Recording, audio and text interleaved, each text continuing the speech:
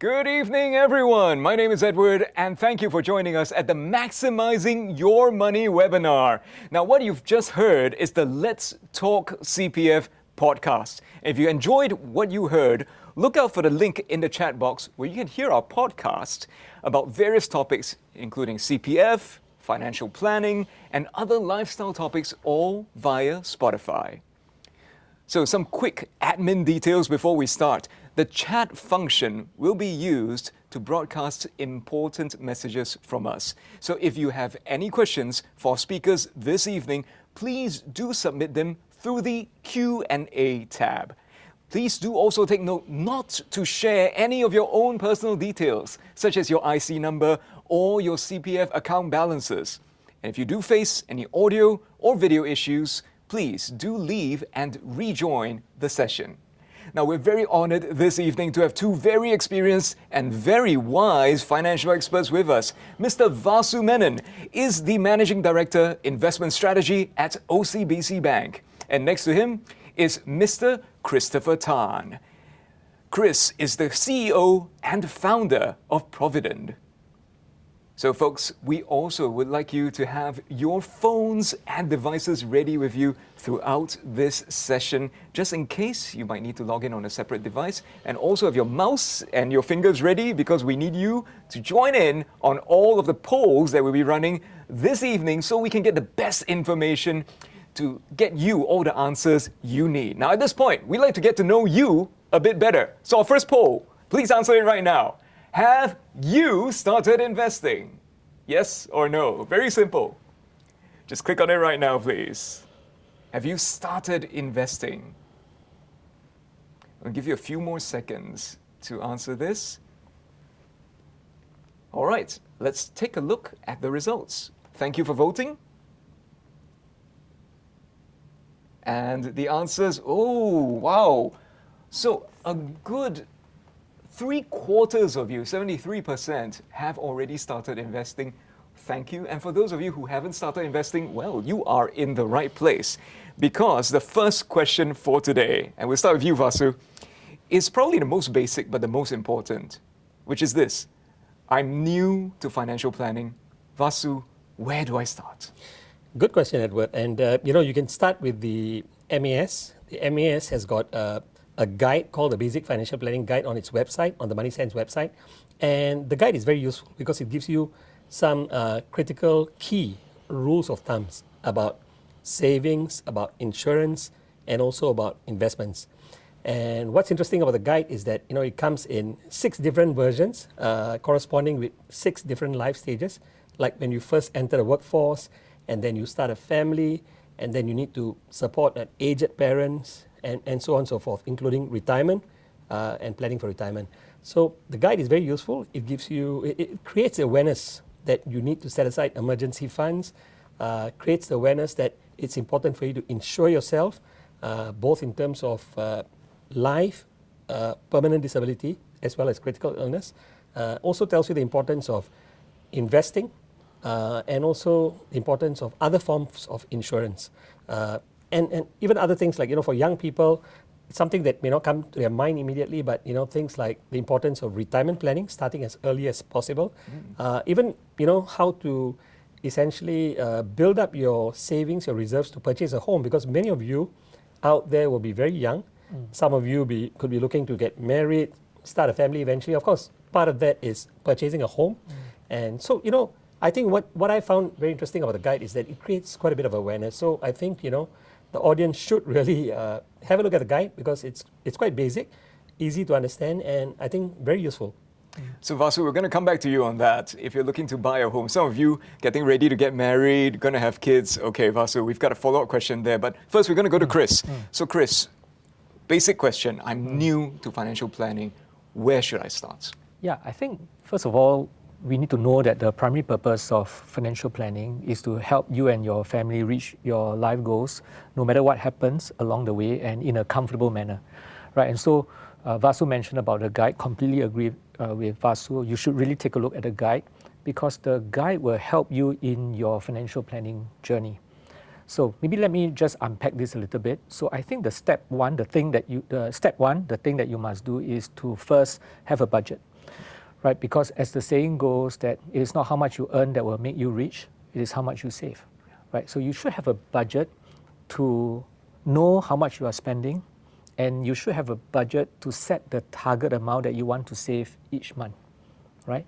And once you have a surplus, then you can begin to do the next step, which is investing. But before you start investing, after you have done your budget, after you have a surplus, you should at least save towards accumulating your emergency fund.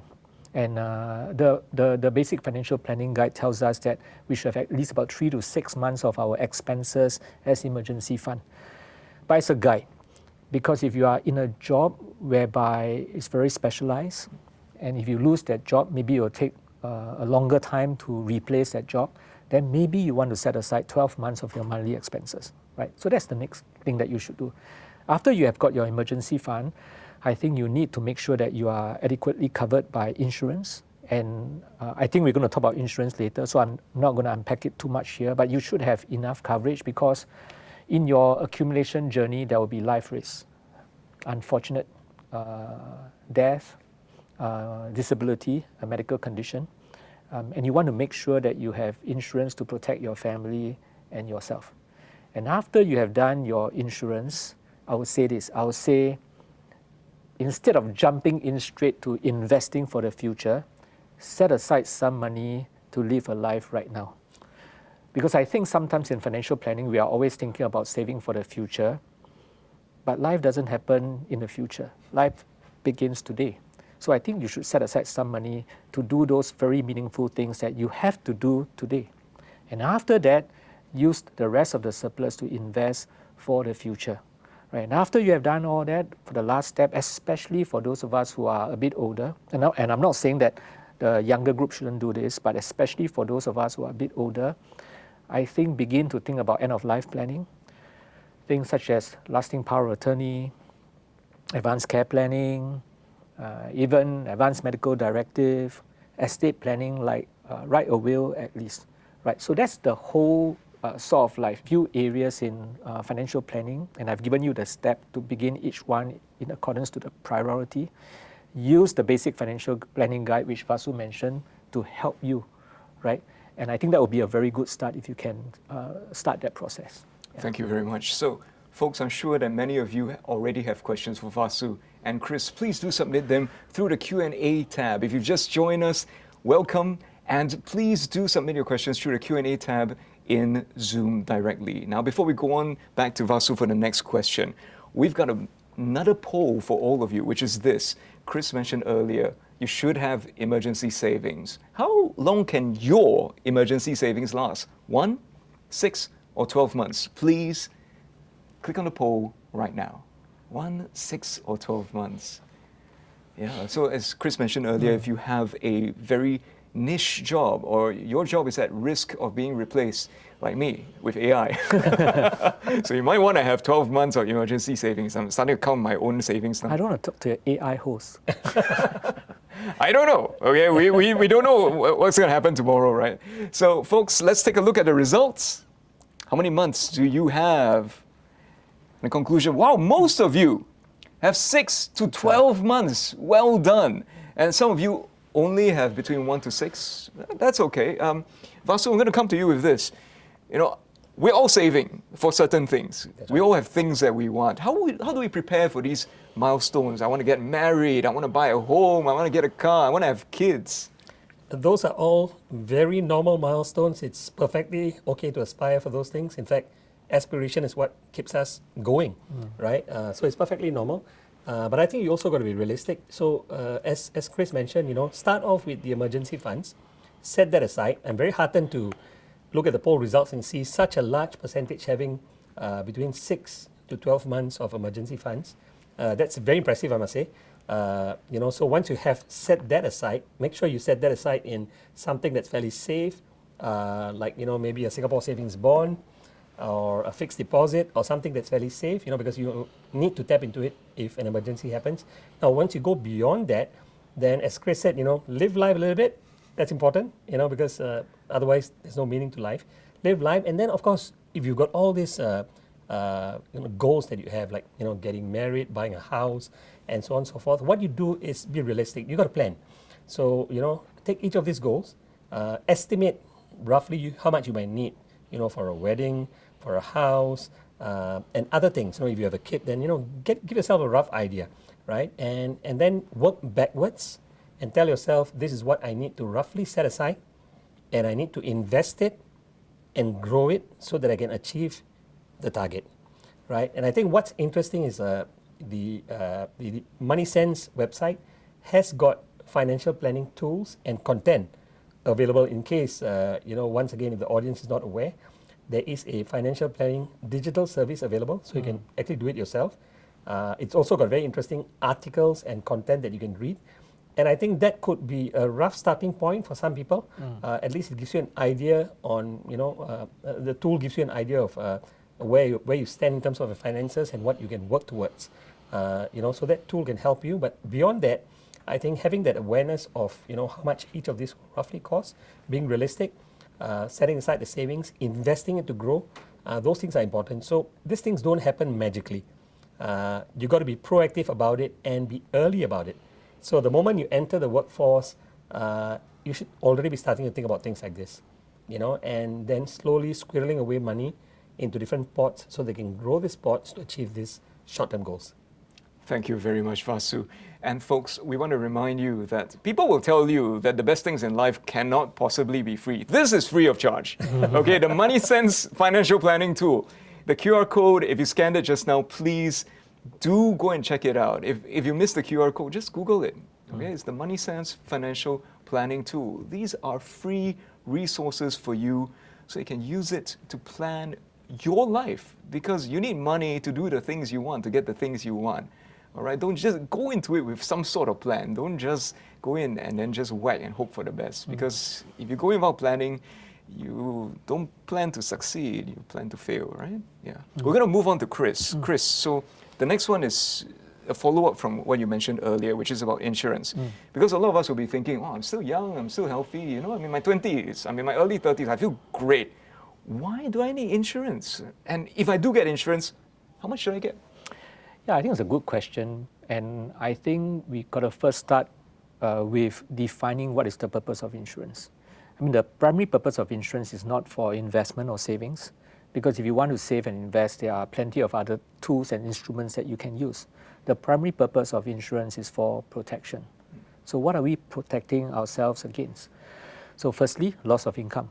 Loss of income due to death, disability, and a medical condition, right? And secondly, medical expenses, right? If unfortunately we fall sick, we want to make sure that we got sufficient insurance to pay the medical expenses, such as hospitalization expenses, outpatient expenses, and even the option of seeking alternative treatment, right? So this would be the purpose of insurance. Do you need to buy when you are young?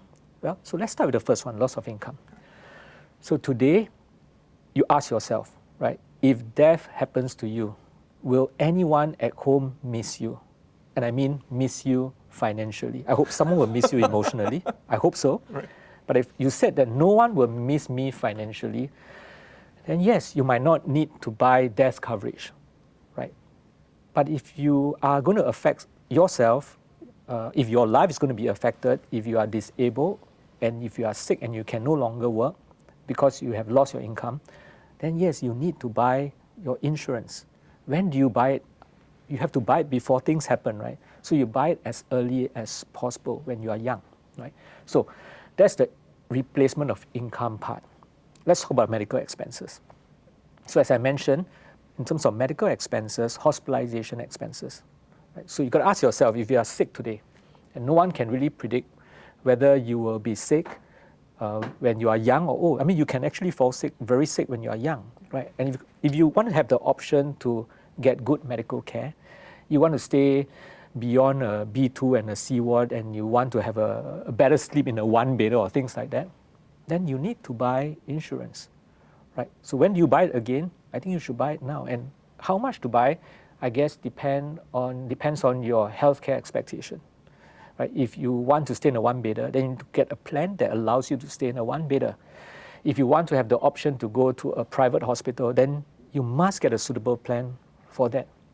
And finally, alternative treatment. I mean, not every one of us will need or believe in that option. Some people, they just believe in going to the hospital. But if you want to have that option of seeking, for example, a traditional Chinese medicine physician, then, well, you need to buy at least a good critical illness plan, right? So, and again, you got to buy it as soon as you can before you have got pre-existing illnesses. So I hope I answered that question on, yes, even when you are young, you might need insurance. You might not need all types. So you got to ask yourself those questions. But if you need it, then I think it is only wise to buy it as early as possible before it becomes difficult to buy it. Thanks, Chris. And so, for those of you who are watching, after listening to Vasu, you're thinking, okay, what percentage of my income should I be saving or setting aside for investing? After listening to Chris, you might be thinking, how much of my income should I set aside for insurance? Now, these questions they can help you with. Please do submit them in the Q&A tab. And also, there's also a guide here. Please do scan the QR code. The MAS has some guidelines for you that will be useful for you to figure out just how much insurance you need. So, Vasu, I'm going to come back to you with the next question. All right. A lot of us, my friends especially, when they ask me, because I used to be a banker, then they'll ask, so Edward, I want to invest. Okay, great. How do I start? Is it worth investing? If I'm not going to invest a lot of money, I don't have much money, is it worth investing? So you've been a banker for decades. You have so much experience, a wealth of knowledge. Vasu, what's your answer to that? How do I start? Start with baby steps, but start as soon as you can and be consistent, stay the course, take the journey. Because, I think investing shouldn't be about trying to speculate in the markets to make a quick gain. Investments is really about, taking a medium to long-term view with whatever you put your money into. And, essentially you don't need a lot of money to start investing. So a lot of people stay away from investing because they feel that, you need a large sum of money to invest. Investment is only for people who are very wealthy, which is not true. You can invest with as little as $100. There are investment options out there available. I think the key thing is to take that first step, to invest. And as the basic financial guide in the MAS tells you, invest roughly about 10% of your take-home pay into to allow it to grow. And I would say that essentially when it comes to investments, maybe think of the most basic things first before you think of something that's a bit more complex and complicated. So the most basic things that you can invest in would be things like fixed deposit. Instead of keeping your money in a savings account, earning meager returns, you want to think about putting it into fixed deposits. That's a fairly safe way of growing your money. It may not be phenomenal returns, but nevertheless, it beats savings account rates. You can think about investing some of your money into Singapore savings bonds, where the entry barrier is very, very low. And you have perfect liquidity. You can actually, get in and out quite easily. You can think about investing in T-bills. And, I think essentially you've got other options as well. You've got, for those who are a bit more adventurous, they can consider things like exchange-traded funds, which are more diversified, unit trusts, and so on. So there are lots of options out there. I think the key thing is, to maybe start off with the less complex ones that are easy to understand, and then, venture into the more the things that you need a bit more research on, like exchange-traded funds, unit trusts, and then speaking to people. At the same time, concurrently developing your own knowledge of how the markets work and how these products work. I think that's very important. So it's a journey. And for me, what I used to do when I first started off investing, just to share a little bit, is it's something that's very basic and something that I've practiced and I found it very useful, is before I invest in anything, I write myself a proposal. So, and the proposal should take nothing more than half a page. So if somebody tells me that, you should buy this, I don't just impulsively buy it, right? And you don't want your barber or your taxi driver to be telling you what to buy, right? He can probably give you some ideas, but look, you don't jump into it, you go and do your research. And so what I do is, after I do my research, I write myself a proposal, half a page. And why do I do that? Because when I do that, it forces me to think to think through why I'm investing in what I'm investing in. Forces me to put my thought down, and when you do that, you find that it gives you greater clarity.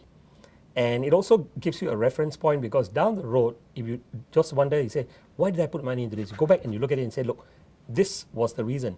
So you got to have a proposal to yourself, justify it. So for every investment I undertake, I actually write myself a proposal. And even until today, I do the same.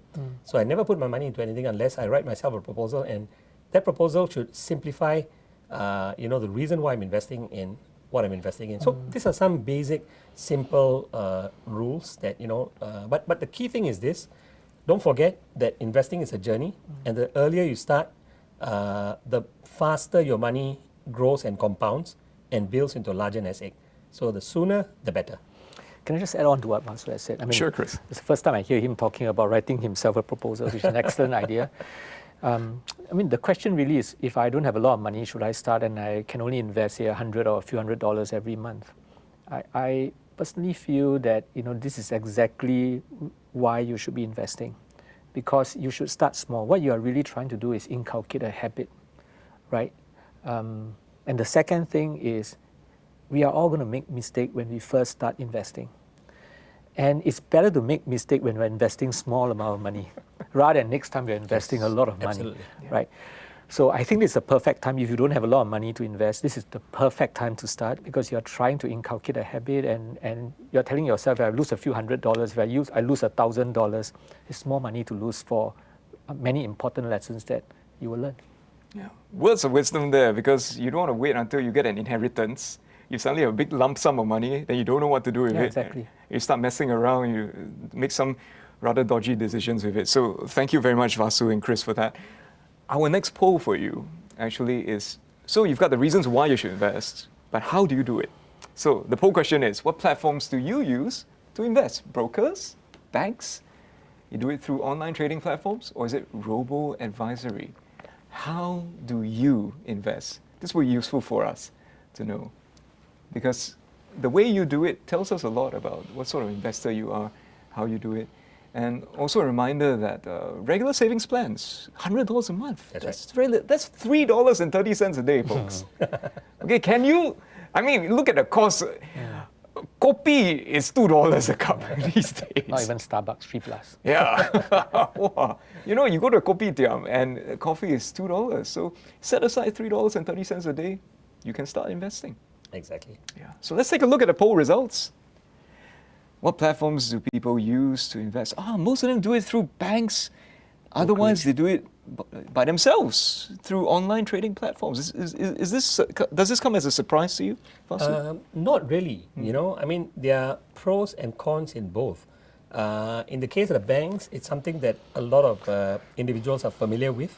They've been a fixture in our economy, in our ecosystem for a long, long time, and so essentially people go to the banks because they want to talk to someone, bounce ideas off, get some guidance and so on and so forth, for those people who need guidance, who need to speak to someone. Of course, talking to a financial advisor in a bank, not necessarily even a bank, even other financial institutions can provide you with some guidance. But for those people who are prepared to do their own research, go online, do their own research, and these days you've got lots of information on the internet. And for very young people like yourself, I'm sure many of you go online and read quite a lot, and there's a wealth of information. And so some of you prefer to be self-directed because it is often a cheaper way of investing in the market compared to having someone guide you, which is a slightly more expensive way to invest in the market. So there are pros and cons in both approaches. Yeah, there are a few factors to think about. We've got fees, we want to think about the flexibility, you put the money in, can you take it out? That's right. Think about the customer experience. Is there someone you can call if something goes wrong? That's right. You want to reverse a trade, can you get on the phone with a human being? And things are factors like ease of use. Can you just do it through a phone app, or do you literally? Now, this is back in the old days. People had to call their brokers. Yeah. When I first started out, I'm that age. I had to call my broker to do the trades. But these days, I just whip out my phone.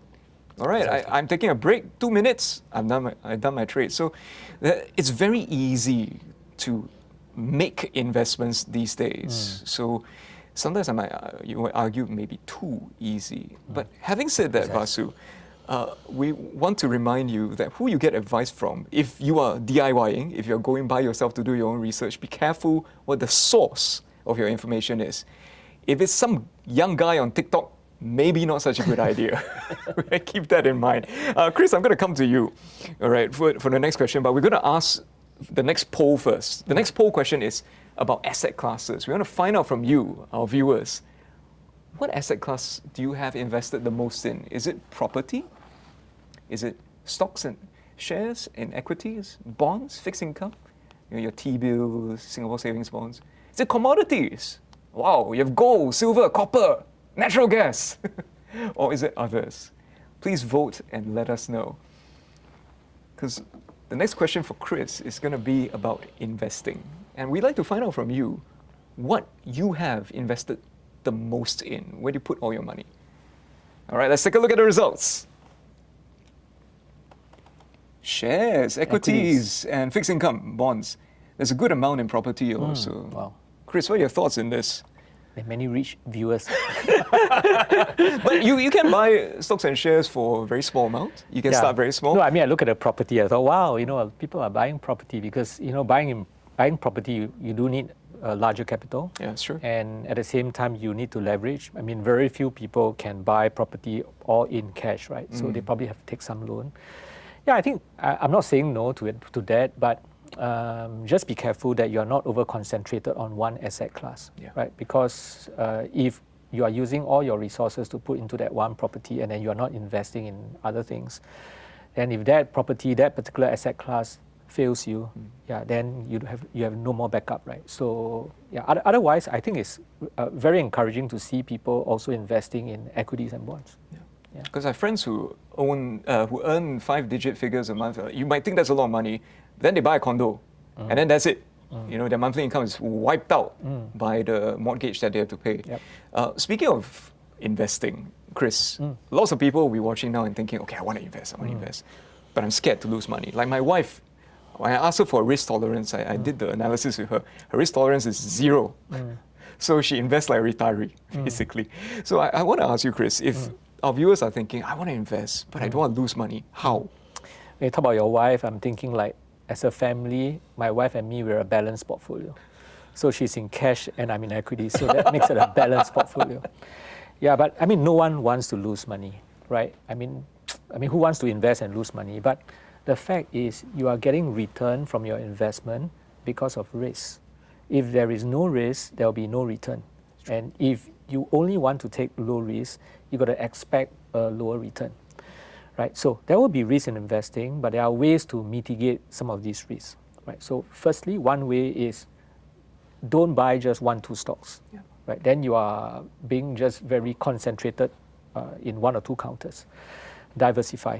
And today, I mean, there are plenty of instruments you can use to buy a basket of stocks. Right? So for example, exchange-traded funds, which Vasu mentioned, right? That gives you a diversified portfolio of stocks that track a certain market, for example, the US market or the emerging market. Of course, you can use unit trusts as well, and that diversify into many securities as well.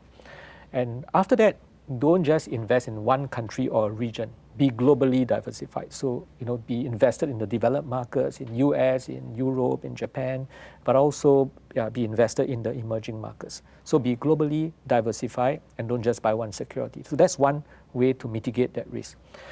The second way is to have that ability to stay invested, right? Because many people, I realize, they lose money because they got out at the worst time. They become very worried and they get out at the worst time. So how do you stay invested? Now, firstly, you must have time horizon. So for example, if all you want is invest 100% of your money into the equities market, I would say that you should have at least a time horizon of at least about 10-15 years. Right? If you need your money in a very short period of time, don't venture into the equities market. Right? Because when you need the money, the markets could still be down, and if you get out and you lose money.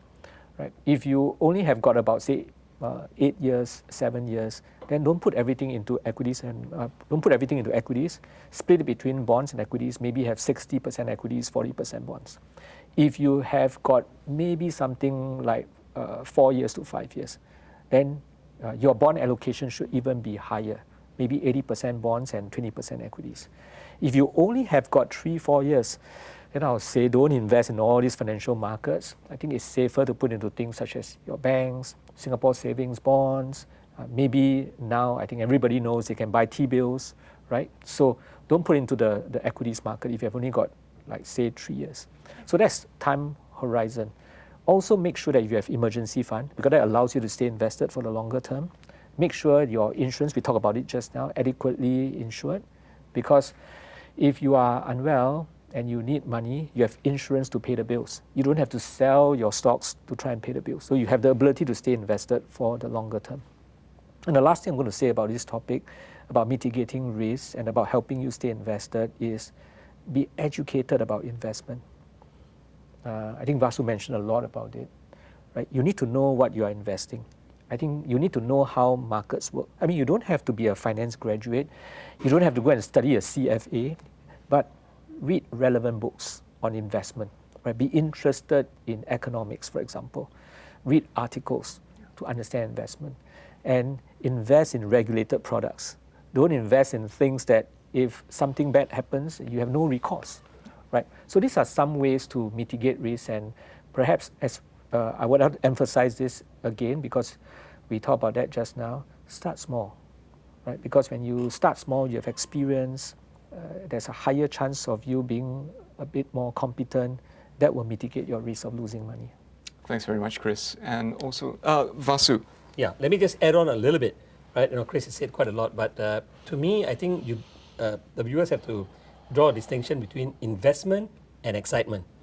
There's a big distinction between investment and excitement. So, people may go into something that's very thematic right now that produces exceptional returns, like some technology stocks, for example. And then, you get carried away, you get excited, and you put most of your money into it. And then if the bubble bursts, you end up losing quite a bit. So investments is sometimes quite boring. It's a slow journey. It's very similar to the tale of the tortoise and the hare, right? You take small steps, but you take a strategic view with what you're doing, right? So you do small little things here and there, but you do it consistently, and you do it over time, and then you reap the rewards in time to come, right? But if you throw all of it into something that's very exciting right now, it may provide some degree of excitement in the short term, but if things go wrong, it will set you back in a big way and makes it a lot more difficult for you to achieve what you want to achieve in the longer term. So investments can be mundane to some people, but it is necessary.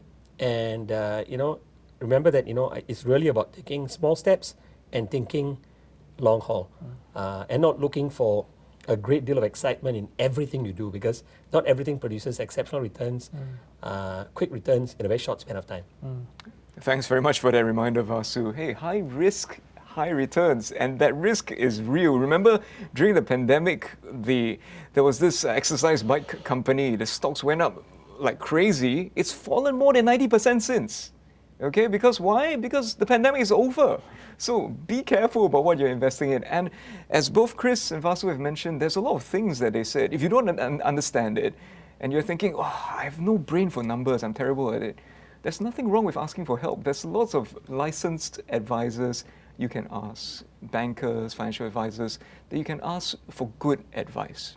Okay, don't take everything they tell you at face value. Of course, you have to do your own research as well. Ask for a second opinion even, but always seek advice from people who are licensed and buy things that are regulated. That's the most important thing. So at least you have some recourse if things go wrong. Now, that said, let's go on to CPF. So Vasu, this is a CPF event, so I must ask you about this. All right, I'm still young. Some of the viewers are thinking, I'm still young, but how do I use this CPF thing? I thought it's a retirement thing. What are the schemes available? What's this CPF IS? Wouldn't my money be locked up? Okay, yeah. The CPF IS is one scheme available. The CPF investment scheme, it's what it stands for. So it allows you to invest your CPF for better returns in the long term. So your ordinary account already gives you 2.5%, which is pretty decent, right? But for those looking to beat that 2.5%, by investing their CPF ordinary account savings. The scheme allows you to do that. But of course, one has to be careful, right? Because the 2.5% is risk-free, but when you go into the markets, it is no longer risk-free. So before you invest your CPF, I think it's important for young people to ask themselves, do I need a CPF anytime soon? If you need it for like purchasing a home, for example, then you may not want to be too aggressive in using too much of CPF funds to invest in the markets, right? And I think just like any other investment, just like cash investments, I think if you're investing your CPF funds, it's important to do the basic hygiene factors. In other words, whatever you invest in, do your research, do your due diligence. If you do not understand what you're buying into, do not let anyone pressure you into buying it, walk away from it. So it's very simple. There are times when, I speak to people who show me products. Believe it or not, I mean, even for myself, I understand the markets quite well. I find it very complicated. And when I find it too complicated and unable to totally understand the product, then I tell myself, okay, I could miss something here, I walk away from it. So important for you to understand what you're buying into, keep in perspective the time frame you have. So the CPF IS scheme is perfectly okay to use, provided you use it within certain parameters and you know what you're getting into very clearly. But of course, there are other CPF schemes. You've got the special account, and I think Chris has got some views about it. I'll let him share it in a minute. Whether you should or shouldn't invest your special account. You can actually use your special account as well, but does it make sense to invest a special account?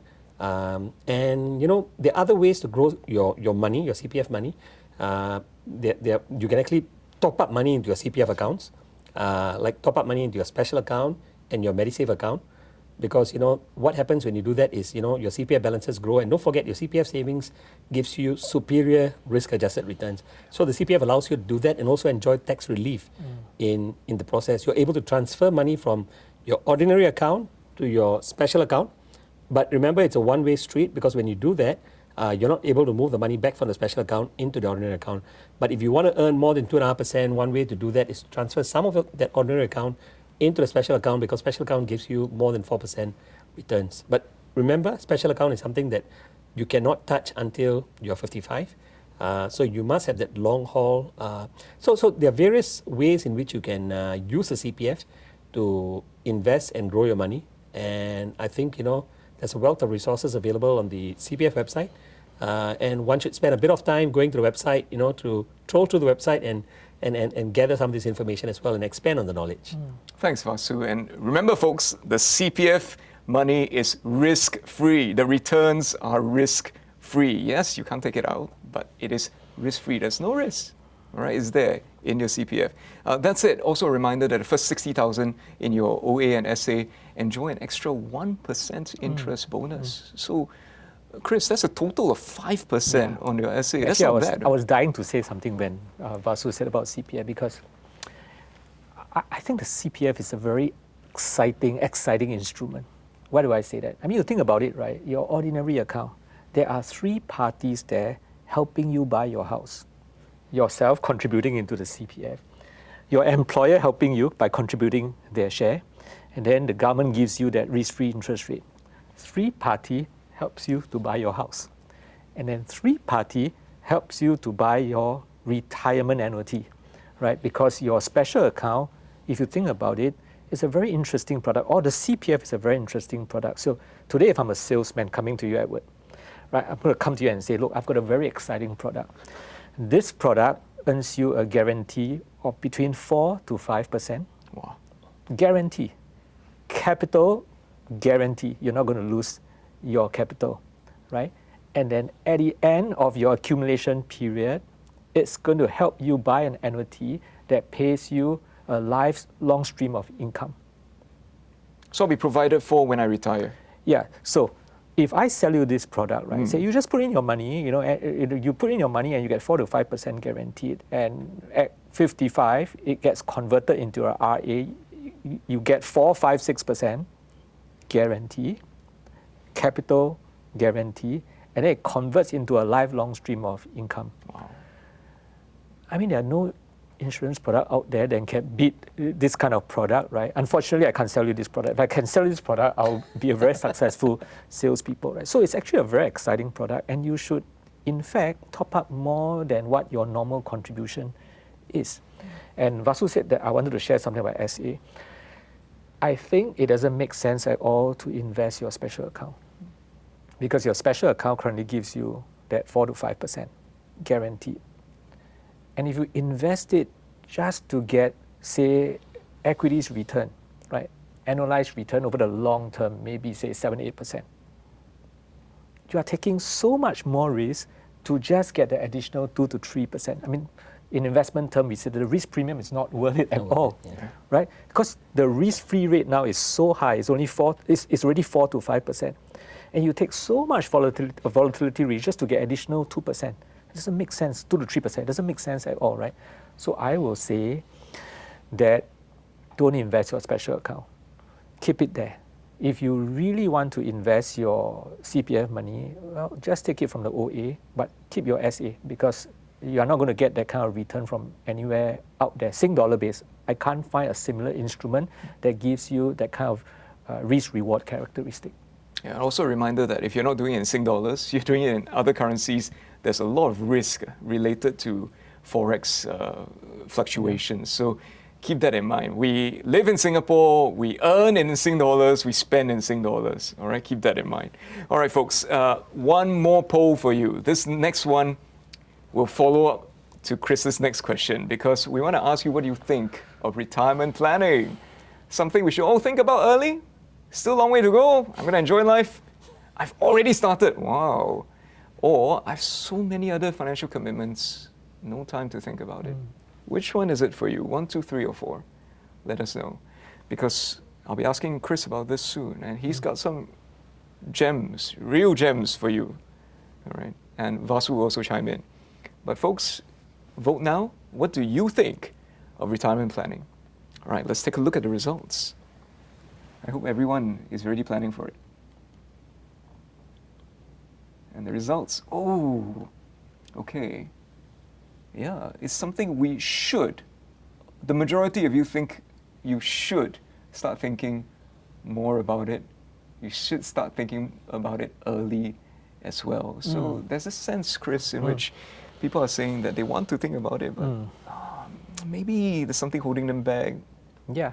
I mean, I'm looking at the poll, and there are some people who say there's still a long way to go. I want to enjoy life a little bit more first. I mean, I can definitely understand this. My son is 26 years old. I mean, if I talk to him about retirement planning now, I mean, he will be looking at me like that. I just left university. Can you let me enjoy life a little bit more? Don't talk about retirement planning with me right now. So I can understand that. But let's look at what retirement planning is all about. So if I reduce retirement planning to its irreducible minimum, it's very simple, just 3 things, right? Firstly, you want to have a fully paid house when you retire. Secondly, you want to make sure that you have got suitable medical insurance to pay for medical expenses. And thirdly, you want to have a lifelong stream of income. There will be 3 things that you need at retirement. So even if you want to enjoy life a little bit and play right now, well, when you are buying your house, just know that you are actually starting to do retirement planning. And you really want to buy a house that you can pay off as soon as possible. I mean, it's no point buying a very nice house and you owe so much debt, and you cannot even, you think twice when you want to go to a restaurant and eat. Right? I mean, you could think twice if you want to quit your job and do something else, right? Yeah, I mean, we don't want to live life like this. You become a servant to money. Yeah. Right? So even as you buy your house, consider a house that you can afford and you can pay off the loan as early as possible. Yeah. That's retirement planning, because you want to have a fully paid house at retirement, right? You buy your medical expense insurance, you choose something that is suitable for you today.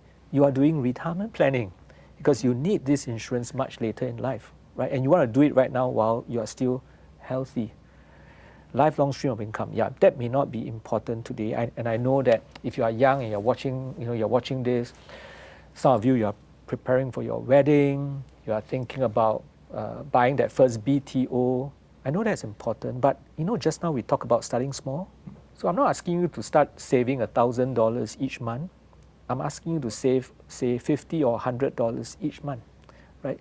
And you can do that easily by, well, if you want to, and you have no time to research into investments, and we've been talking about it, how about putting $100 a month into your special account? you are starting your retirement planning, right? So start small. Like I said, it's really a habit, right? So do these simple things and you are starting your retirement planning journey already. And I'm not asking you to give up life. I'm one person that encourage you to live life today because there's no certainty that we get to retire. So enjoy life today. When I say that, I mean that sometimes we get called home earlier, right? So yes, enjoy life, but start in a small way to begin your retirement planning journey. Thanks for that, Chris. Vasu, anything to add? Well, Chris has said quite a lot and all very relevant. And I think looking at the poll, you get the impression that the audience here realize the importance of retirement planning. But at the same time, I think many of them are very young people. They are also juggling between different needs in life. And I totally understand that. And I think it is not a case where you have to see retirement as your number one priority at such a young age. I think it's about creating different buckets. Because Edward, you asked me earlier about starting getting married, having a house, a matrimonial home, having kids, and so on and so forth. And these are all aspirations. And I think what you want to do is create that extra bucket called retirement, and squirrel away money into that bucket. And as Chris said, a good way to do it is actually to put some money into the special account. But that aside, when you squirrel money into that bucket, called the retirement bucket, make sure you invest that money as well to ensure that you grow. The problem is when you're young, it's very hard to see, to envision yourself when you're 60, 65 years old, right? So I'm in my 60s now, right? And, sometimes when you look back, you wish at 25 you were a lot more proactive and somebody with a longer term vision, right? So, you learn lessons in life. And I think if you think about it that way and tell yourself, look, it's 40 years away, but if I do little bits right now, even squirreling away small amounts of money, investing it, letting it grow and growing this bucket, by the time I'm ready to retire, that bucket could have grown to a significant amount of money. And it will make my retirement life a lot more pleasant, make my golden years a lot more pleasant, right? But the key thing is, just like everything else, you've got to put in an effort from a early start to see the results down the road. It doesn't have to be painful as long as you put aside small amounts of money.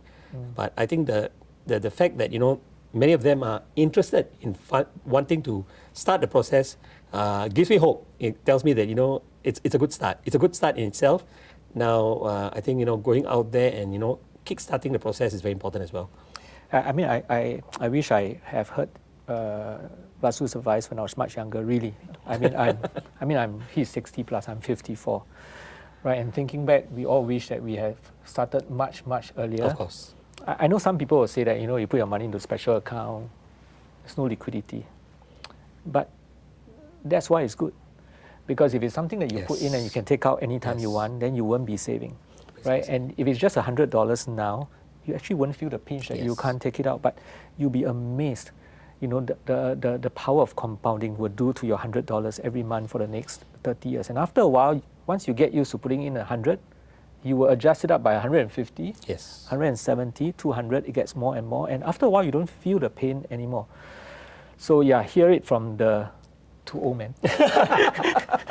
Start small, start young. It's very good advice. And Chris, you told me something earlier, and folks, let's not discount the fact that psychology is very important here. When you see the number growing, it's very shook. Oh, yes. You feel very good. Yes. So, Chris, you were telling me about downloading the CPF app. Yeah. I found it, I've only found out about the CPF app much later, like a couple of years ago. And I downloaded it.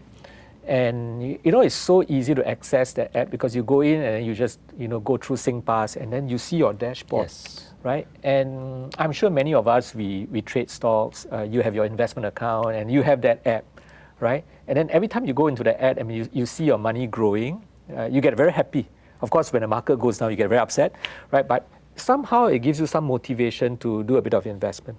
So when you have that CPF app, I found it personally myself that once a while, just for fun, I go and take a look at it. I see the interest being credited into my account.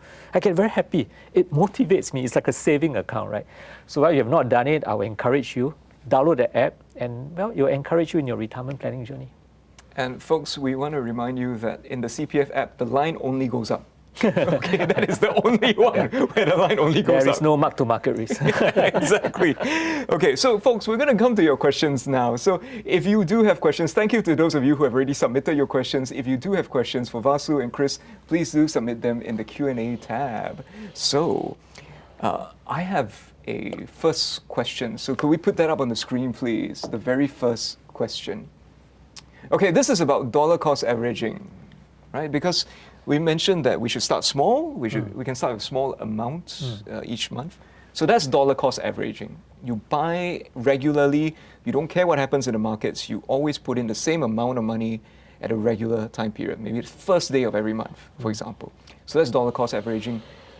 The question is, will that result in positive returns all the time if you give a long enough time horizon? And what's considered a long enough time horizon for DCA, dollar cost averaging, to work? Vasu, I'm going to start with you on this one. Well, I think one should look at dollar cost averaging beyond just purely making gains and losses, because I do believe that, if you start early and you invest right, you've done your research and you're careful and you put in small amounts of money as you would in dollar cost averaging over a period of time, in the longer term, I think you generally tend to come out positive.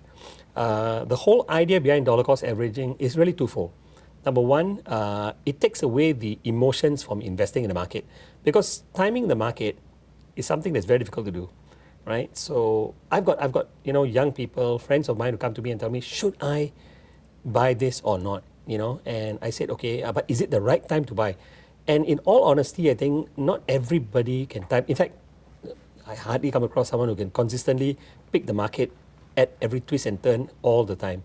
So I think if you think something looks promising in the long term, it's okay to invest in it and undertake a dollar cost averaging program, a regular investment program, where you squirrel away small amounts of money into that exciting theme.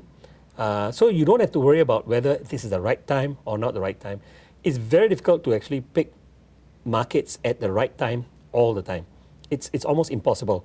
I think traders do make money in the markets, but by and large, my own feeling is that, when you constantly trade the market, you don't end up with positive returns. So dollar cost averaging actually allows you to avoid the emotions associated with market timing.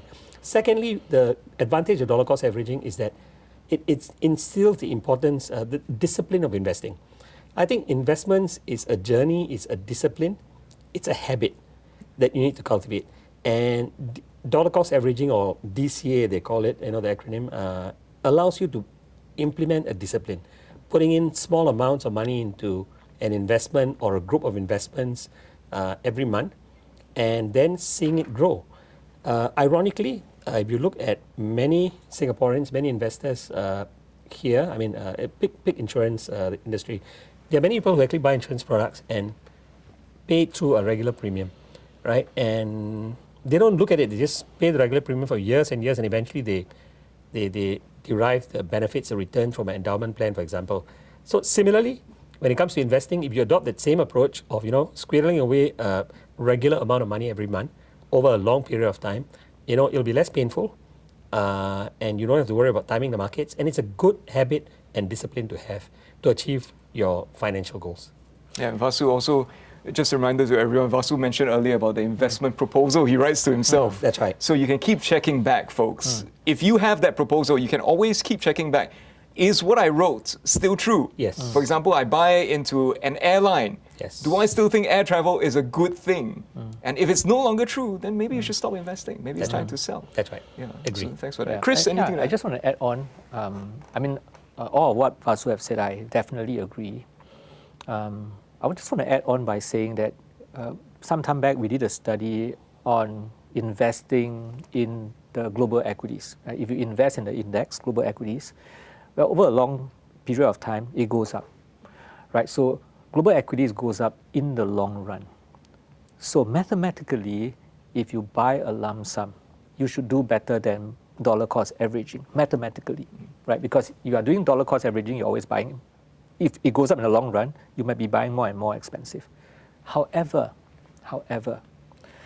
what the market can give you does not equal to what the investor will get in terms of return. And Vasu actually alluded to that. Because you will only get the return if you stay invested, right? And enough studies have been shown that when you put in lump sum, you are actually trying to time. And when the market goes down, you tend to be a bit scared and you want to get out. But if you do DCA via RSP approach, and you just buy, you don't care, you don't load, right? It's a discipline. You just keep buying. The chance of you reaping that return is higher, right? So that's another advantage of doing DCA. And from a practical standpoint, not many of us will have that large sum to invest anyway, right? And if we want to wait until we accumulate that large sum before we invest, we might have missed the market, right? So let's just take 2023, for example, right? In 2023, the markets went up like 20%, and we're talking about global equities have gone up 20%, right? And if you are waiting for that lump sum to invest, then we missed it totally, right? So it's better to buy in small amount, and at least you can participate in the upside of the market. You might not get exactly 21%, but at least you're in the market when the markets were going up. That's great advice. Thank you, Chris, and thanks, Vasu. Let's move on to the next question. All right, so for young adults who have freshly graduated or joined the workforce for around 2 to 3 years, when's a good time to start investing? Where should I start? Chris, I'm going to start with you this time. Yeah, the best time is yesterday, as they always say. I mean, this is the best time to invest, really. Yeah. Right? I mean, you are young, you have a long time horizon, right? And you don't have a lot of money, which is good because you can start small, you can make mistake. I would really encourage you to start as early as possible. My son started investing when he entered NS because he started to have an allowance, right? And then he continued on because he started in NS and it was really a small amount because his NS pay was like $700, $800. He started investing in a very small way. And then of course now he's working. Because of the habit, he's investing more and more. But when he first started, he started with something that is really simple and low risk. I mean, he didn't understand investing yet. So he started with things such as Singapore savings bond. It's very easy to buy Singapore savings bond. I think with $500, you can buy a Singapore savings bond. And after that, he progressed to buying T-bills. Then after he got a bit more comfortable, then he started buying ETFs, right? So start as early as possible, start small, start buying simple things, very low risk, but have that experience of going to your internet banking account and you buy these things. And then you can get into riskier stuff like equities and all that later. So yeah, please start as early as possible. Thanks, Chris. Vasu, anything to add? Well, you know, I would say, Chris has covered quite a lot already. I think what's important is to make sure that you practice sound investments. And one way to do that is to have 2 different pots in your investment portfolio. One is what I call the strategic pot. The other one is what I would call a tactical pot. So strategic pot would be the pot that you invest in with a very long-term view. You know, maybe 5 years, 10 years, 15 years, 20 years, and that sort of thing. So you take a view with that, and with this pot, you know, you invest very, very carefully, extra carefully. But of course, you know, there are sometimes exciting themes that happen in the market. Stocks and sectors and, you know, themes do provide exceptional returns, and it's quite normal for young people to get excited. And I think there's nothing wrong with it. And some of these themes could provide exceptional returns even in the short term. Right? And I think as long as you do some research, you understand what you're getting into, you think the theme makes sense. Yes, it's done exceptionally well, but there's no reason for you to stay away from it simply because it's done exceptionally well and it seems speculative because the underlying fundamentals are good. And so you say, okay, fine, you know, I don't want to put a large amount of money into it. So as long as you have most of your money invested strategically, you can still dabble in some of this more exciting themes that are out there. And I'm sure, you know, our young investors will know some of these themes that have been playing out in the last 12, 18 months, right? And so I think there's nothing wrong in venturing into these themes. Just when you do that, manage it very carefully. It should be within a very diversified pool of portfolio, and you should manage the risk as in, like, you know, don't throw all the money in there because only put what you can afford to lose to some extent. Yeah, so I think that's something to bear in mind. Risk management and sound investments are very, very important, but invest the bulk of your money with a strategic view, which may not be the most exciting thing, but in the longer term, it produces results. And then, have some excitement as well, but have control excitement, of course. So Vasu, I got a follow-up question for you, because young investors, I was a young investor recently. You're still young, Edward. Younger than both of us. It's all relative, right? Yeah, it's all relative. So for younger investors, we tend to get hand itchy. We see something shiny, okay, and we get hand itchy. We hear our friends talking about it, we get hand itchy. So for this sort of hand itchy fund, okay, out of our investable assets, what percentage would you say? You mentioned just a small amount that you can afford to lose. Vasu, what would you say would be a percentage that would be reasonable? Well, actually, you know what, Edward? It's hard to give you a specific one-shirt-fits-all answer. Right. It is a problem, I say that, because everybody has different financial circumstances, different tolerance for pain. So I think rule number one is, things look exciting, they look itchy, and, you're tempted to get in there. But ask yourself this question before you even get in there. Do you have the risk appetite? Do you have the risk tolerance? I think that is an important question that you have to ask yourself. Because after getting in there, and what happens is that you have sleepless nights, and you're turning on the TV and watching Wall Street, and turning on to your online and, having gastric reflux, for example, then hey, it's not something that's suitable. So be honest with yourself, right? Of course, you can do a risk profile and it can tell you whether you have the risk appetite or not, but be honest with yourself. If it is too risky, too exciting for you, it's going to cause your heart to skip a beat, then you want to be careful about it. But I would say, it should be perhaps anything between, 5 to 10% of your total portfolio. If I had to put a number, 5 to 10%, but again, this is contingent on each person, really, his own risk appetite and his tolerance for pain, right? And if you've got a deeper pocket, then of course you have a larger amount of money that can put in something like that. But bear that in mind. There's no one shirt fits all answer.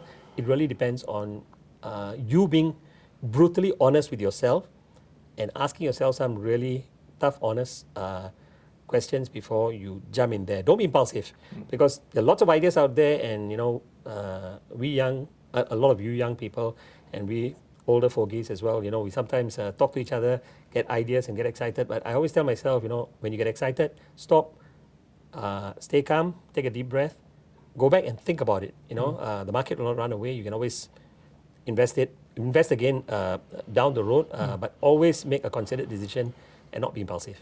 Thank Can you. I just give a word of caution again? I mean, something that we have spoken about just now. I mean, as much as both of us, we have encouraged you to sort of start investing as early as possible. And, we said this is really for freshly graduate who have graduated and joined the workforce, right? We said it earlier, don't invest money that you need in the next few years, especially into the equities market. Because for people who just graduated, I know they are thinking about wedding, they are thinking about buying a house and all that, and you may need the money in the next few years. So for that amount of money that you need in the next few years, if you want to put in SSB, I think it's fine. If you want to put T-bills, I think it's fine. You want to put into those short-term single premium endowment that you can get your money back in 2 to 3 years, I think that's fine. But don't venture into the equities market. Don't venture into things that are shiny objects, because those investments you might need a longer time horizon. Yeah. So I mean, we have spoken about it before, but I thought we just want to emphasize that. Yeah. One more thing, Edward, that I'd like to add on, which is that, I think it's important for young people to also realize that when they invest in the markets, even invest in some of these, ideas that you say can be very exciting to them, to try and avoid leverage at a very young age. Because, if you depend on leverage to invest in the markets, and the markets pull back sharply in the short term, and there's a margin call and you're not able to top up, you end up with the debt, and that sets you back for many, many years. So it can be an albatross that will drag you down, right? So be careful to avoid leverage.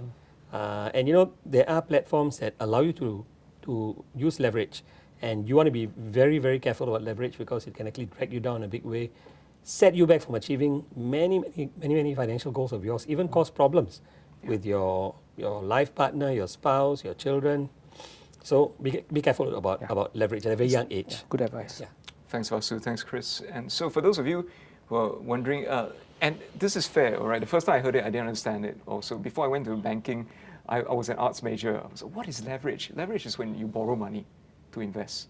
So don't borrow money to invest. If really, just don't do it. It's a terrible idea, and many people's lives have been ruined by it. Okay, just invest the money you have. Don't invest more than you can afford to lose. Yeah. In most of the cases, it's just keep in mind what you're investing in. If you have a low risk tolerance, invest in low risk things. Okay? You don't have to look for the big gains, the 10% or 12%. No, that's a lot of risk. Okay, be careful about that. Let's move on to the next question. What are some mistakes related to what we're saying? What other mistakes to avoid when we're starting to invest? If they're just starting out, maybe some things from your own personal experience, Chris? Yeah, I mean, I think we have spoken quite a bit about it already. I mean, the first thing is don't invest in things that you don't know, right? And nobody cares about your money more than yourself. I know you may trust your bankers, you may trust your financial advisors, you may trust your insurance agents, but it's your own money. And I think you owe yourself to spend some time trying to understand the product. If you don't understand it, ask. If after explaining you still don't understand it, it's not you. Because it is the job of the advisor to explain it in a way that you can understand. Right? So only invest in things that, that you understand. I know that that sounds so motherhood. And people keep repeating that. But yet, I think if many people sit down and ask themselves whether they understand what they buy, they honestly ask themselves, I think there are many people who will tell you that they don't know what they buy. I mean, I've heard that so many times before. Right? Oh, I don't know what I bought. I trust this person. This is my old school friend. You know, this is my relatives. And I'm not saying that they are out there to cheat you. But what I'm trying to say is that you need to understand, you need to be comfortable with what you're investing before you put your money in.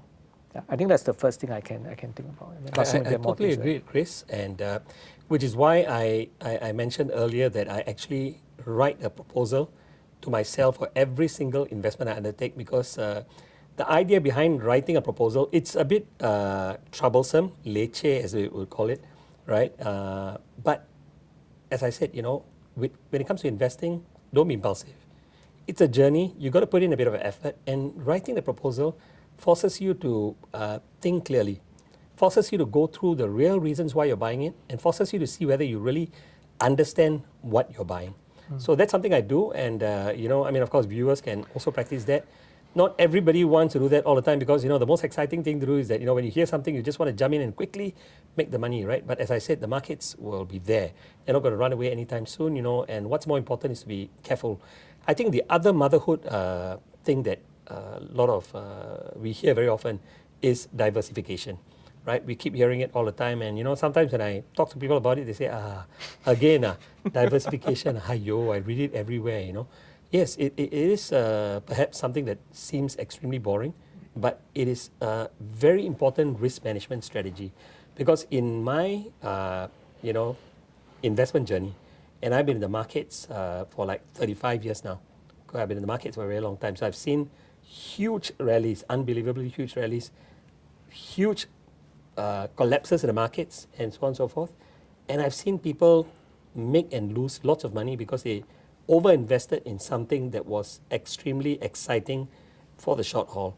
So like, for example, during the dot-com bubble in 2000, right, a lot of people put 70% of their money into dot-com stocks, into technology stocks, and then when the bubble burst, they were so badly injured, they never looked back at investing again, and did themselves a big disservice, because when you get so spooked and you stay away from investing, that sets you back for many, many years, and eventually when you're ready to retire, you find that you don't have enough funds to retire, right? So I think diversification is very important. As I said, you know, no matter how exciting something seems, it has to be managed within a wider portfolio. Make sure you really diversify your investments. Don't throw all of it into one area. Put it into different buckets, different baskets. I think that's very, very important. Yeah. Thank you. Great. Those are real words of wisdom there. Thanks, Vasu. Thanks, Chris. Quick story from when I was a banker. This is 2008. I remember this old lady came to me and said, I want to review my portfolio. I looked at it. She had a unit trust from 1999 where she had bought a unit trust full of internet stocks. In 2008, 8 years after the dot-com crash, it was worthless. It was down 97%. It was only 3% of the value at which she bought it at. And she asked me, what happened? So it's really tough when somebody tells you, this is a good thing, but you don't understand it. Maybe sometimes the safe thing to do is just admit that, hey, I really don't know. Maybe I should invest in something I do know. I don't mind lending money to a government. I'll buy a T-bill, I'll buy Singapore savings bonds. Because, you understand lending money to a government. They'll give you interest for it. That's perfectly fine. Let's move on to the next question. So, next question is about robo-advisory platforms. Vasu, we're going to start with you on this one. So, robo-advisory, am I using a computer? Is the computer investing for me? Well, in some ways, some element of AI and robotics involved in trying to formulate portfolios and manage the portfolio and eventually rebalance the portfolio, right? So if what happens is that, if a portfolio is aggressively invested in one area and that area appreciates significantly, it becomes a large proportion of the whole portfolio, then, the robotic system takes over and, rebalances the portfolio so that, you have something that's a bit more evenly balanced, right? So that's one advantage of, in other words, you leave it to AI, a platform which adopts that sort of robotic thinking to make the decisions for you, take away the emotions from investing to some extent, and it is a self-directed platform. So we talked about earlier in the poll, going to the bank to seek advice and using self-directed platforms, right? So there are some people who would still prefer to talk to someone, get validation, to learn, have the ability to ask questions before they invest in the markets, take ownership of their money. But there are also many young people who today say, look, I don't have the time. I'm a busy person. I don't have time to talk to someone. So I want to, use a robo platform. I think that it's perfectly okay to do that. I think a balance of both would be good. A self-directed platform and also talking to someone, not just depending purely on a robo platform. I would say if it's up to me, I would probably adopt both approaches, not just throw all my money into one or the other. The tendency among a lot of young people is to maybe adopt to use self-directed platforms, because of the ease. As you said earlier, it's so easy now with so many apps and investing has become really easy. But that also carries some degree of danger, not to go overboard, right? When you talk to someone, sometimes, the person may pull you back and say, look, hold on, have you thought about this and that, right? So if you are very savvy, you know exactly what you're doing, then something that you can think about. Yeah, thanks also. Chris, your thoughts? Yeah, I'm going to use the analogy of food and eating. So I would say there are 3 ways you can invest. The first way is DIY. You decide the asset allocation, you decide the instrument you want to use, you research those instruments yourself, you buy those instruments on your own, maybe through an online brokerage. That is likened to you deciding what you want to eat, the ingredients that you want to buy, and you have done all the research about what brand of the ingredients that you want to buy, and then you cook it to your liking. But you need to spend a lot of time, right? Because you've got to do it all by yourself. And not everybody likes to cook, and not everybody likes to have or develop a recipe. But there are some people who liked it. They have the experience to do it, okay? And it's the cheapest way to get the food out. I know how to cook. When I go out, whenever I order a plate of vegetable, I always feel very heartache because it's always very expensive. It's $8 to $10.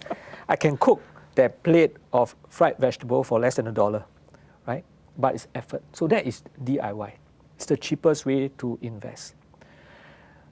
Now, the robo-advisory platform is like packaged meals. They already decided 5 kinds of food that you want to eat. You don't have to decide on the recipe. The recipe has already been decided for you. You don't have to decide on the ingredients. They have already picked it for you, right? You just choose the package you want to eat, and you eat whatever they cook, right? So that's the robo-advisory. And of course, between the robo-advisory and you do it yourself, the robo-advisory, the cost will be higher because somebody is doing it for you. You've got to pay for it, right? Now, and then, of course, you have the human advisors, whether is it going through financial institutions like the banks or financial advisors. That's customized. You are going there because you want someone to design your entire meal, because you don't want to feel too bloated by eating just one course, right? You want to make sure that it's all balanced and they all fit each other. You want your wine pairing to be done properly.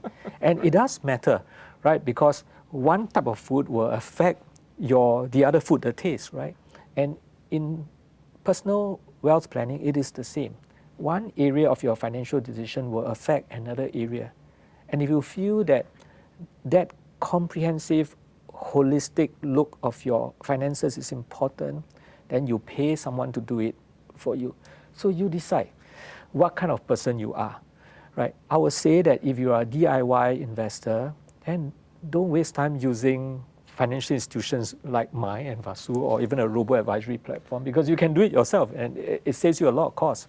But if you can't, then you got to pay some service fee to either go on a robo or use a human advisor.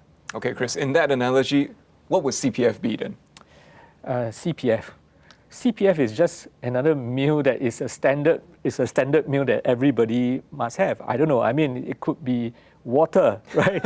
It's a drink, right? Every time you sit down, they give you water. It's always there. It's necessary, right? And you won't go wrong having that glass of water there. Even if you're drinking alcohol, you always must have water there. And you should have more of it, actually. You should drink more water. Yeah. It's not very exciting, honestly, to drink water. Right. Not at all, but you need it to survive. Yeah. Well, thank you very much, Chris. Vasu, anything to add on? Well, I agree with you. The CPF is like a staple, Yeah. It is something that you can fall back on because, it's very, very safe and, something that you can depend on in the long term. So, again, it's not the most exciting thing, but, we talked about it earlier about how you can actually top up your special account, even to some extent top up your MediSave account, transfer money from your ordinary account to your special account, invest your CPF if you have the means to do it to some extent, hopefully ideally in safer investment instruments, like perhaps T-bills, for example. So see the CPF as something that provides that some degree of foundation, right? And then the rest of it supplements your CPF. And of course, just now I contradicted myself because earlier on I said that you can look at CPF in quite an excited way, right? So I still believe in that. So hopefully through our discussion tonight, your water is no longer still, it's sparkling. It's still staple, it's still important, but it's a bit more exciting because you know how much it can do for you. Yeah. It's true. You can use the water in different ways. Yes, it's true. and with a piece of lemon, so it is different. Thanks very much. Vasu, next question is for you.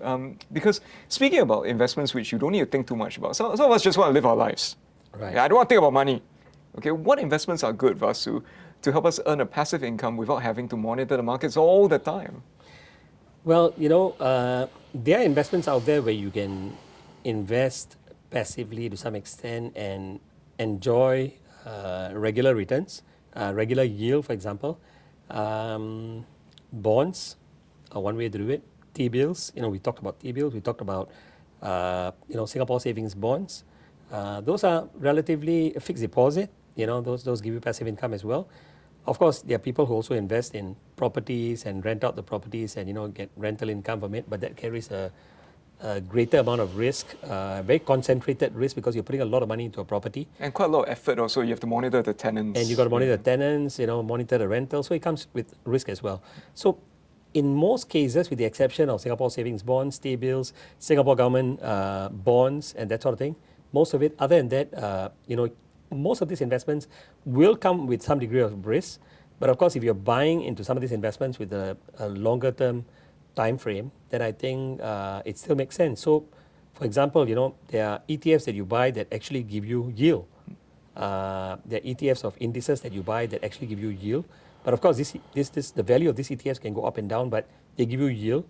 And if your starting point is that you're buying these ETFs, which are linked to indices, for example, for the yield, then stay the course for the long term, and you enjoy the yield. There are dividend-paying stocks that pay you good dividends. Again, you need to do your research to make sure the company has sound fundamentals can continue to pay you dividends. So again, some of them, you can find many of them on the Singapore stock market that give you pretty good yield. But of course, you've got to assess to see whether that yield, that dividend payout can continue to be sustained. You've got things like real estate investment trusts that are available as well to investors that give you yield. You've got unit trusts out there that also provide yield. So there are various instruments, but by and large, most of them, with the exception of Singapore government securities, come with some degree of risk. But I think the risk can be managed, and if you're taking a longer term view, then you've got a longer runway. And in the meantime, these investments can actually generate you dividend yield, coupon payment, monthly payouts that can provide you with passive income. Yeah, thanks, Vasu. And also a reminder to you folks, also check if there are fees involved, if there's annual management fees, if they're going to charge you expense fees. Because some things like T-bills, no fees, right? But other things, so keep in mind what you're buying if it has fees, because that will reduce your returns as Absolutely. well. Yeah, I just wanted to say that just be careful with the word passive, because I hope it doesn't encourage you to think that I don't have to do anything, right? Because no matter what, it's your money. So even if it's an instrument that gives you dividends, coupon, it is your responsibility to actively still look at these things and ask, of course, your advisors if you don't understand it. I mean, even things like, for example, hospitalization plan. I mean, there's nothing up and down about hospitalization plan, but I mean, with the recent changes to many of these integrated shield plans, you still have to look at it and decide whether the plan is still relevant for you, right? What more investment? So although, yes, we talk about, in a way, passive instrument, I hope it doesn't encourage you to say no. That means to say, after I buy it, I go to sleep and I don't care about it. I think we have to still take a look at it from time to time. Thank you. Yeah. We've got time for the last couple of questions. So this one is about asset allocation, because we want to diversify. You mentioned that earlier. So Chris, I'm going to start with you. Okay. How do we do our asset allocation? Yeah, so I mean, the way I will do it is I look at 3 factors that affect what kind of asset allocation you should be investing in, right? So firstly, your need to take risk. Your need to take risk is determined by your need for returns, right? The higher your need for returns, the higher your need to take risk. So first decide what is your need for return. I mean, if your need for return is just 2%, then I mean, there's no asset allocation to talk about, just put into the bank, right?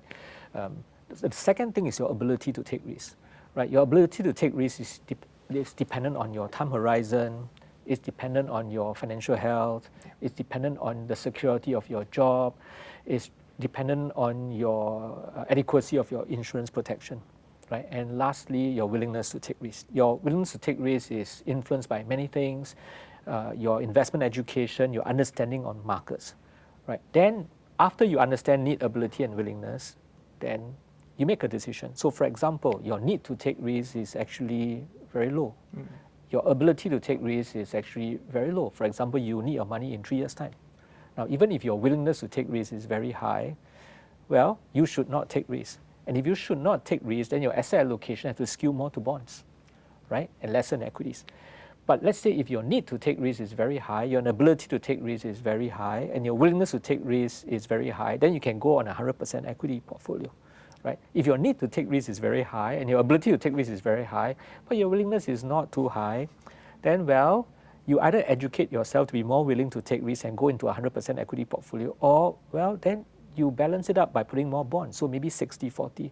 But you've got to accept that consequence of your unwillingness to take risk, which means a lower return. So that's generally one way. Of course, some people will say that, well, you take 100 and minus your age. So if you are 30, 100 minus 30, that's 70% equities and 30% bonds. Wow. That is, well, another way. Yeah, but I prefer a more systematic approach, which I mentioned earlier. Yeah. Thanks, Chris. So Vasu, in the interest of time, I'm going to go up to the final question. This is very specific. If I'm going to top up my parents' CPF, goes in their RA, either part of their enhanced or basic retirement scheme, am I still eligible for tax relief? This is a yes or no. Huh? Well, I think you can get some of these answers on the CPF website, but I think you can top up, you get tax relief up to $8,000. Right. So when you top up your loved one's RA, up to $8,000 tax relief, right? But again, when you top up the RA, you only get the tax relief up to the point that you hit what we call the FRS, or the full retirement scheme. Once you go past the FRS, The next level is the ERS, or the Enhanced Retirement Scheme. Okay, that's a higher level of savings. Any top up between the FRS and the ERS, that space, you can top up. You enjoy better returns. I mean, because with your retirement account, you get about 4% returns, slightly more than 4% returns, but you do not get a tax relief any further, right? So you can top up to $8,000 tax relief when you top up your RA. But again, bear in mind that you got to make sure that the person whose account you're topping up into has not exceeded the FRS, because if it does, then the amount you top up will not enjoy the tax relief. Thanks, Vasu. Thanks for that reminder. I've got one final question for the two of you. I'm going to start with Chris, then to Vasu. Vasu, I'll give you the final word. Chris, so... Ask him first so I got time to... No, just kidding. So, Chris, this is a simple one, okay? Yes, We've been talking for about almost an hour and a half, and we've covered a lot of things, but if our viewers were to walk away today with one thing, to you, the number one piece of advice to maximize their money, what would that advice be? It's not an easy question. Choose one thing. I actually really don't want to repeat whatever we have said, because it's very hard to just pinpoint one thing for the many things that we have said. So I'm just going to answer your question a different way, if you don't mind. Sure. I think most of us, we know that money is an enabler. It's not a goal. And we talk a lot about money today, right? And I think what is important really is that we have to start first by deciding the kind of life that we want to live. Because I always believe that we must make life decisions before financial decisions. Our financial decisions are to support our life decisions, and not the other way around. If we make financial decisions first and try and adjust our life to support our financial decisions, it can be disastrous, right? But what then are life decisions? Because we talk a lot about life events, actually. Life events like retirement, big thing. But life decisions involve life goals. What then are life goals? I would say life goals are goals that give you that, if I may use the Japanese word, ikigai kan. Ikigai kan means the feelings of ikigai. What is ikigai?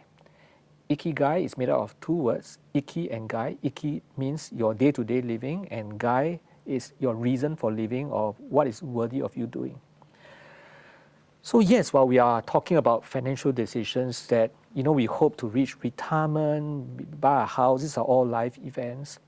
But think about the purposeful things that you want to do on the day-to-day basis that makes you wake up in the morning and say, life is so worth living, right? And once we make that decisions, then we adjust our finances to make sure that we set aside money to do some of these things. Besides just thinking about investing for the big things like retirement and all that, set aside smaller amount of money to do this thing. Then life is indeed worth living, and not just for retirement planning and all that. Yeah. Thank you, Chris. Those are words of wisdom indeed. And so, Vasu, your philosophy of money, what would your advice be to our viewers? Well, I agree with Chris, and I'm quite moved and totally agree with what he's just said, and I think that's a very useful piece of information for viewers. But for me, I think if you listen to what we've done in the last 1.5 hours, the message, I think, is essentially don't delay, start as early as possible, be proactive. I think the sooner you start, the better. There's a longer runway to make mistakes and also to grow your money, and be proactive about financial planning.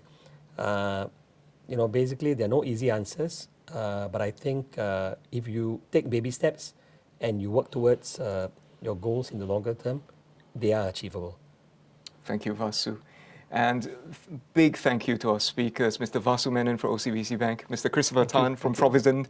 Thank you for joining us this evening. Folks, you can connect with us through our various social media platforms. They're on screen right now. Yes, CPF is everywhere, all right? But on top of that, you can also join CPF as a volunteer today by scanning the QR code here and downloading the CPFV app through the App Store or the Google Play Store. By joining as a CPF volunteer, you can learn more about CPF yourself and even help others make informed decisions about their CPF savings. You can also join their digital escape game. This is very fun. You learn more about financial literacy and scan the QR code to find out more about how you can register. It's fun for the whole family. Thank you once again for joining us, and on behalf of Vasu and Chris, we wish you all the best on your investment journey.